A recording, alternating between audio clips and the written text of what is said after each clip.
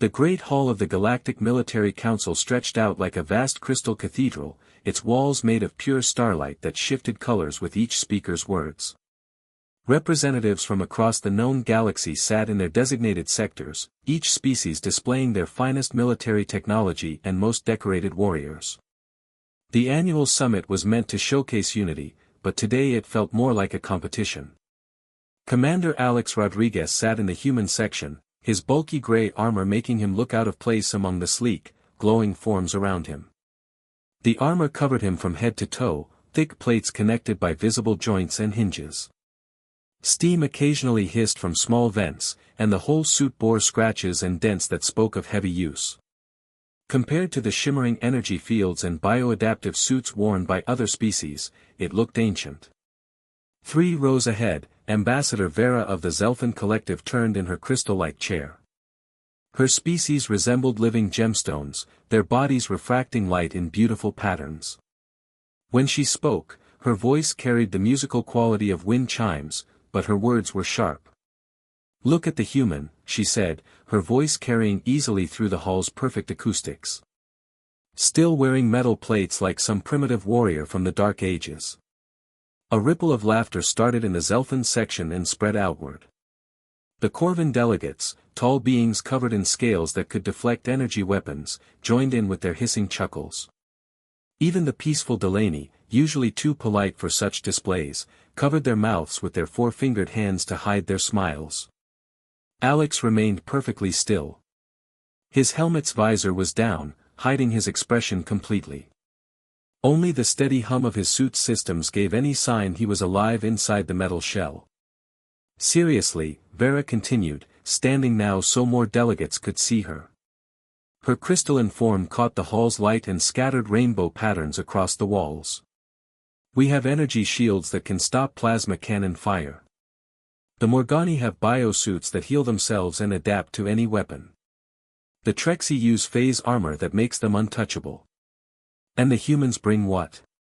Metal plates that look like they were hammered together in some cave." General Corks of the Reptilian Alliance stood up, his massive frame towering over his seat. "The Zelfin makes a good point," he rumbled, his voice like grinding stone. "Human technology is clearly behind the rest of us. Perhaps they should observe rather than participate in military discussions." More laughter echoed through the hall. Alex's armor remained motionless, but those watching closely might have noticed the slight tilt of his helmet as if he was listening to every word. Ambassador Trill of the Aquatic Federation raised one of her tentacles. Now, she said in her watery voice, "let's not be too harsh. Human weapons are quite effective for their level of development. Their projectile weapons can be useful against unshielded targets." "Projectile weapons," scoffed Captain Zek of the Stellar Nomads. "Throwing bits of metal through the air. How charmingly primitive." The mockery was building momentum now. Delegate after delegate stood to add their observations about human military inadequacy. They pointed out how human ships were slow compared to vessels that could bend space and time. They mentioned how human soldiers needed to breathe oxygen and eat food regularly, unlike species that could survive for months without resources. They laughed at human lifespans, so short that by the time a human gained real experience, they were already aging toward death. Through it all, Alex sat in perfect silence. His breathing was steady inside his helmet. His hands rested calmly on his armored knees. To outside observers, he might have been a statue or an empty suit of armor. Ambassador Vera was enjoying the attention. Her crystalline body sparkled brighter as she fed off the crowd's energy. "I mean, look at him," she said, pointing directly at Alex. "He hasn't even moved. Is he sleeping in there? Or maybe the suit is too heavy for him to lift." This brought the loudest laughter yet. Several delegates actually stood up to applaud Vera's wit. "Perhaps," said Minister Gol of the Energy Beings, his form flickering like a flame, "humans should stick to what they do best. Farming. Building things.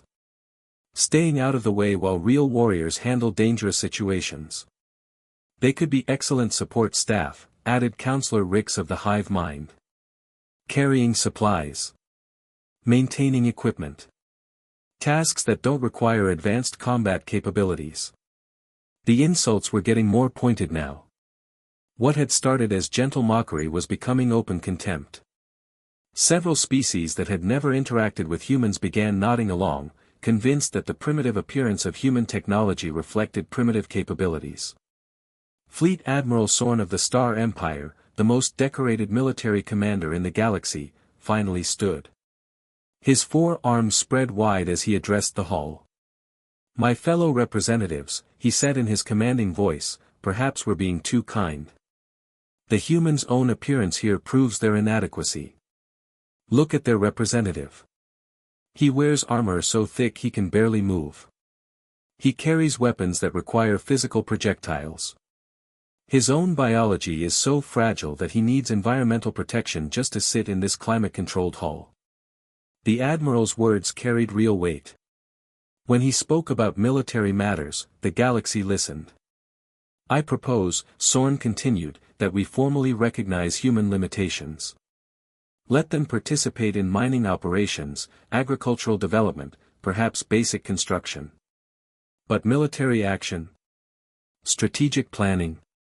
Combat operations? These require capabilities they clearly lack." The hall buzzed with agreement. Many delegates were nodding now, convinced by the logic. After all, the evidence was right in front of them. The human sat there in his crude armor, unable or unwilling to defend himself or his species' honor. Vera stood again, sensing her moment of triumph. "The Admiral is absolutely correct," she announced. "But I think we should give the human a chance to prove us wrong. After all, fairness demands it." She turned to face Alex directly, her crystalline features reflecting the hall's light like a prism. "Commander Rodriguez," she said, her voice carrying artificial sweetness, "would you care to demonstrate why your primitive equipment and limited biology deserve respect among real warriors?" The hall fell quiet, waiting for a response. All eyes turned to the motionless figure in gray armor. For long seconds, nothing happened. Alex's armor remained perfectly still. The only sound was the gentle hum of his suit's systems and the ambient noise of hundreds of alien life forms breathing, circulating, or simply existing. Then, slowly, Alex's helmet turned toward Vera. The motion was smooth and controlled, without any of the jerky movements one might expect from heavy, primitive armor. When he spoke, his voice came through the suit's external speakers, clear and calm. "You want a demonstration," Alex said. It wasn't a question. "Indeed," Vera replied, her confidence growing. "Show us what human military might looks like. Explain why we should take you seriously when your own appearance suggests otherwise." Alex stood up. The movement was fluid, graceful even. The armor that had looked bulky and cumbersome while he was sitting seemed to move with him rather than against him. He stepped into the central speaking area, his boots making no sound on the crystal floor despite their obvious weight. "Very well," Alex said, his voice carrying easily through the hall. "You want to understand human military capability." He reached up toward his helmet, and several delegates leaned forward in anticipation. Perhaps he would reveal some hidden weapon or advanced technology built into the suit. Instead, with a soft click and hiss of escaping air, Alex began to remove his armor entirely. The hall held its collective breath as the first piece came free. Alex's hands moved to the clasps at his helmet's base with practiced ease. The metallic clicks echoed through the silent hall as each locking mechanism disengaged. With a final hiss of equalizing pressure, he lifted the helmet free and set it down on the speaking platform beside him. The delegates stared. Alex looked completely ordinary. Brown hair, brown eyes, olive skin marked by a few small scars. Nothing about his face suggested superhuman abilities or hidden powers. If anything, he looked younger than many had expected, perhaps in his early 30s by human standards. "Just a regular human face," whispered someone in the Corvin section. Alex heard the comment but showed no reaction. Instead, he began working on his shoulder guards. Each piece of armor had multiple connection points, and he methodically disconnected them one by one. The right shoulder guard came free first, revealing a simple black bodysuit underneath. But as Alex rolled up the sleeve of his bodysuit, gasps began to ripple through the audience. His right arm was covered in scars. Not the clean, surgical scars from medical procedures, but rough, jagged marks that spoke of violence. Burns. Cuts. What looked like bite marks from something with very large teeth. The scars were old but numerous, creating a map of damage across his skin. Battle wounds, Admiral Sorn said quietly, his earlier mockery replaced by professional curiosity. Alex continued removing armor pieces. The left shoulder guard revealed an arm in similar condition. As he worked on his chest plate, the delegates began to understand they were witnessing something significant. The chest armor came away in two pieces, front and back. Underneath, Alex's bodysuit showed the outline of a physique that was clearly military trained, but what caught everyone's attention was his neck and the visible portions of his torso. More scars. Many more. Those aren't just battle wounds, Ambassador Vera said, her musical voice now uncertain. That's too many scars for someone so young. Alex began removing his arm guards, working with the same methodical precision. As each piece fell away, more scarred skin became visible. Some scars were thin lines, others were broad patches where skin had been burned or torn away and healed imperfectly. Commander Rodriguez, called Minister Gol, his energy form flickering with curiosity. How did you acquire so many injuries? Your species isn't naturally regenerative like some others. Alex paused in his armor removal to look directly at the minister. These aren't from defeats, he said simply, then continued working on his leg armor. The thigh guards came away next, revealing legs as scarred as his arms. Some delegates were now standing to get a better view, their earlier laughter completely forgotten. Counselor Rix of the Hive Mind leaned forward in her seat. If not defeats, then what? Training accidents? Alex almost smiled at that. No accidents, he replied, removing his shin guards. Each one has a purpose. As the last pieces of leg armor fell away, Alex stood before the assembly in just his bodysuit. The full extent of his scars was now visible. His arms, legs, neck, and every visible patch of skin told the story of someone who had been through tremendous physical trauma and survived. But it was more than just survival, the delegates began to realize. The scars formed patterns. Defensive marks along his forearms. Impact injuries on his shoulders and chest that suggested he had used his body as a shield. Bite marks that indicated close combat with creatures that should have been fought from a distance. I don't understand, said Captain Zek of the Stellar Nomads. Why fight that way? Your technology includes ranged weapons. Why get close enough to be injured? Alex reached into a pouch on his belt and pulled out a small device. He activated it, and holographic images began floating in the air above the speaking platform. The first image showed a battle scene. Human soldiers were fighting alongside Trexy warriors against some kind of massive insectoid creatures. The Trexy, with their phase armor, were flickering in and out of physical existence to avoid the creatures' attacks. But several Trexy had been cornered, their armor systems failing. In the image, the human soldiers did something that made several delegates gasp. They stepped directly between the creatures and the trapped Trexy, using their own bodies as shields. The creature's claws and teeth found human flesh instead of Trexy systems. This was the Battle of Kepler Station, Alex explained calmly. 14 Trexy soldiers were saved that day. 3 humans died. 7 others, including myself, were seriously wounded. He switched to another image. This one showed human medics working in what appeared to be a disaster zone. Instead of staying in safe areas, they were crawling through wreckage and flames to reach injured aliens of various species. The Delaney colony ship disaster, Alex continued. Our medical protocols require us to reach casualties regardless of personal risk. 17 Delaney survivors were pulled from sections of the ship that were actively burning. The heat damage you see on my arms is from that rescue operation. Another image appeared. This time it showed human soldiers fighting creatures that looked like living shadows in some kind of cave system.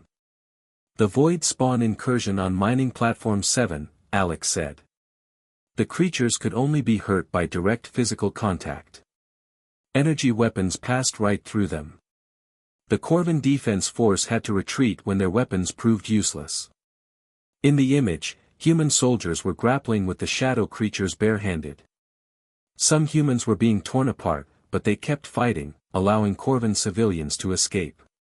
23 Corvin families survived because human soldiers were willing to fight creatures with their bare hands, Alex explained. We lost 8 soldiers that day. The bite marks on my shoulders are from those creatures. The hall was completely silent now. Even Ambassador Vera had stopped sparkling, her crystalline form dim with shock. Alex changed the image again. The Stellar Nomad Fuel Convoy Ambush. The Zelthan Mining Accident. The Energy Being Containment Breach. The Aquatic Federation Deep Sea Rescue. Each image showed the same pattern. Humans putting themselves in harm's way to protect other species. In every case, Alex said, his voice carrying clearly through the stunned silence, human soldiers chose to absorb damage that would have destroyed others. We took injuries that would have killed most species. We accepted scars that our allies couldn't heal from. General Orcs of the Reptilian Alliance stood up slowly. But why, he rumbled. Why sacrifice yourselves for others? What tactical advantage does this serve? Alex looked at the massive reptilian commander. You're asking the wrong question, General. The question isn't why we do it. The question is why we wear armor at all. He gestured to the pile of armor pieces beside him. Every other species here uses protection to keep themselves safe. Energy shields to deflect attacks. Biosuits to heal damage. Phase armor to avoid contact entirely. Alex picked up his chest plate and held it up for everyone to see. Human armor isn't designed to protect us from our enemies. It's designed to protect our enemies from us. Confused murmurs began rippling through the crowd. You see, Alex continued, my species has a problem. We're persistence hunters by evolution. We're built to keep going when everything else stops. Pain doesn't stop us. Injury doesn't stop us. Fear doesn't stop us. When humans decide something needs to be done, we do it, regardless of the cost to ourselves. He set down the chest plate and spread his arms, displaying his scars again. These marks aren't from being weak. They're from being too strong. From caring too much. From refusing to quit when any rational species would retreat. Ambassador Vera found her voice again, though it came out as barely more than a whisper. The armor is a restraint. Alex nodded. Every piece of this equipment is designed to limit human aggression, not enhance it. The weight slows us down. The bulk restricts our movement. The systems require us to think before acting. He gestured around the hall. Your species developed protection to survive combat. Humans developed protection to survive ourselves. The silence that followed was profound. Delegates who had been laughing minutes earlier now stared at the scarred human standing calmly before them, beginning to understand that they had misunderstood everything about humanity's place in the galaxy. Admiral Sorn spoke first, his voice thoughtful. You're saying that human soldiers fight with restraints? That the armor we mocked is actually holding back your capabilities? Alex picked up his helmet and looked at it for a moment. Admiral, when human soldiers remove their armor, they stop being soldiers. They become something else entirely. Something that frightens even us. Admiral Sorn's 4 arms crossed as he studied Alex with new interest. Something that frightens even humans. Explain. Alex activated his holographic device again. This time, the image showed a mining station orbiting a dead planet. The structure was massive, clearly built to house thousands of workers from multiple species. 6 months ago, Alex began, the Void Spawn attacked Mining Station Omega. The station housed 12,000 civilians from 17 different species. When the creatures breached the outer hull, they moved faster than anyone expected. The hologram shifted to show the interior of the station. Shadow-like creatures poured through corridors while various alien species fled in panic. Energy weapons fired uselessly through the entities while physical barriers crumbled under their assault. The station's defense force included 200 Corvan soldiers with their advanced scale armor, 50 Trexy warriors with phase technology, and 30 energy beings capable of plasma generation, Alex continued. They held the creatures back for exactly 14 minutes before being forced to retreat. General Corks leaned forward. I remember this incident. The official report said human reinforcements arrived and turned the tide. That's correct, Alex said. 23 human soldiers arrived on a supply transport. But there was a problem. The hologram zoomed in on a group of humans in a cargo bay. They were quickly removing their armor, piece by piece, while an officer briefed them. The Void Spawn were too fast and too numerous for conventional tactics. Armored soldiers couldn't move quickly enough through the station's tight spaces. The armor's safety protocols prevented the kind of close-quarters combat needed. Alex paused the image on a human soldier halfway through removing his chest plate. The soldier's face showed a mixture of determination and something that looked almost like sadness. So we removed the restraints, Alex said simply. The next series of images made several delegates gasp. Unarmored humans moved through the station's corridors with fluid grace, their bodies seeming to bend and flow around obstacles. When they encountered Void Spawn, they didn't retreat or attempt to maintain distance. Instead, they attacked with their bare hands. Impossible, whispered Ambassador Vera. Those creatures absorbed energy attacks and destroyed metal barriers. How could unprotected flesh harm them? Alex switched to a close-up view of the combat. A human soldier was grappling with a Void Spawn, his hands somehow finding purchase on the shadow creature's form. As they watched, the human's grip began to glow with a strange light. Human beings generate bioelectric fields, Alex explained. In normal circumstances, these fields are barely detectable. But under extreme stress, with proper training, and without armor interference, humans can channel these fields through direct contact. The image showed the Void Spawn writhing as the human's touch disrupted its shadowy form. Other humans joined the attack, their combined bioelectric output literally tearing the creature apart. The armor insulates us, Alex continued. It prevents this ability from manifesting. Without armor, humans become living weapons against entities that conventional technology cannot touch. Captain Zek stood up, his usual smugness replaced by genuine concern. How many of these unarmored soldiers were lost in the battle? None, Alex replied. The hall erupted in surprised murmurs. Alex waited for quiet before continuing. That's not because the battle was easy. It's because unarmored humans don't stop fighting until either the threat is eliminated or they are physically destroyed. The psychological restraints that make most species retreat when injured don't function the same way in humans. He showed another image. Human soldiers continued fighting while covered in wounds that would have incapacitated most other species. Some had clearly broken bones but kept moving. Others bled from multiple injuries but refused to fall back. This human, Alex pointed to one soldier who was missing part of his left arm, fought for another 40 minutes after sustaining that injury. He saved 67 Delaney families before accepting medical treatment. Minister Joel's energy form flickered rapidly. This is why you wear restraints. You're not protecting yourselves from enemies. You're protecting everyone else from witnessing what you're willing to do. Alex nodded slowly. Partly. But also to protect ourselves from becoming something we don't want to be. He changed the image to show the aftermath of the battle. Human soldiers were receiving medical treatment while alien civilians approached them cautiously. The looks on the aliens' faces ranged from gratitude to outright fear. After the battle, several species requested that humans not be stationed on their worlds, Alex said quietly. Not because we were ineffective, but because we were too effective. The sight of humans fighting without restraints traumatized some of the survivors we saved. Ambassador Vera's crystalline form had gone completely dim. The children, she whispered. Yes, Alex confirmed.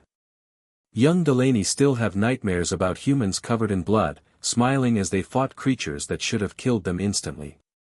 Corvin families moved to different sectors rather than live near human military bases. The hall was silent as the implications sank in. These weren't stories of heroic battles. They were horror stories where humans were simultaneously the heroes and the monsters. Counselor Rix of the Hive Mind spoke carefully. So the armor serves multiple purposes. It limits your combat effectiveness, it provides protection for your fragile biology, and it makes you appear less threatening to allied species.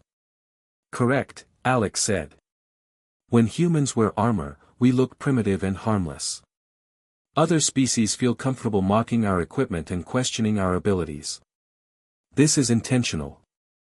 Admiral Soren's expression had grown thoughtful. A psychological operation. You appear weak to avoid triggering defensive responses in allied species. Alex picked up his helmet and studied his reflection in its visor. Admiral, what's the most dangerous predator in the galaxy? The void spawn, Soren replied immediately. They're nearly indestructible and can appear anywhere. The void spawn are parasites, Alex corrected. They consume but don't think. What about thinking predators? Soren considered this. The razorclaw hunters of the Outer Rim.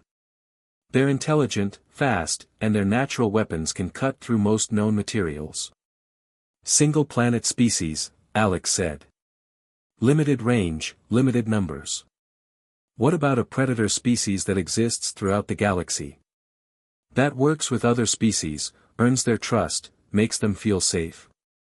The silence that followed was profound as every delegate in the hall realized Alex was describing humans. We number in the hundreds of billions across thousands of worlds, Alex continued conversationally.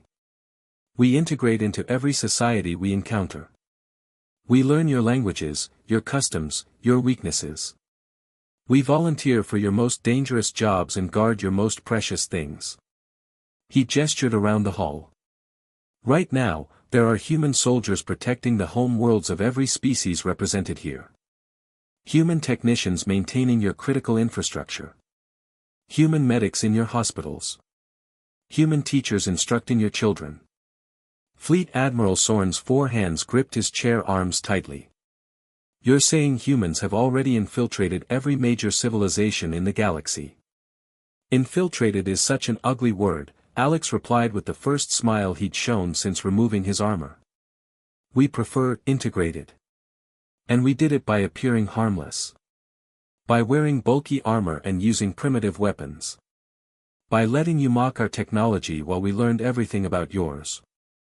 Ambassador Vera found her voice again, though it shook slightly. But why? What's the purpose? Are humans planning to conquer the galaxy? Alex's expression grew serious again. No. We're planning to protect it. He activated one final holographic image.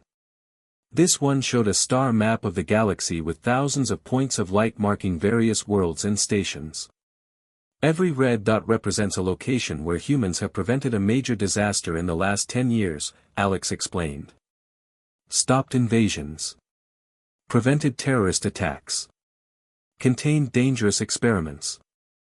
Rescued civilians from natural disasters.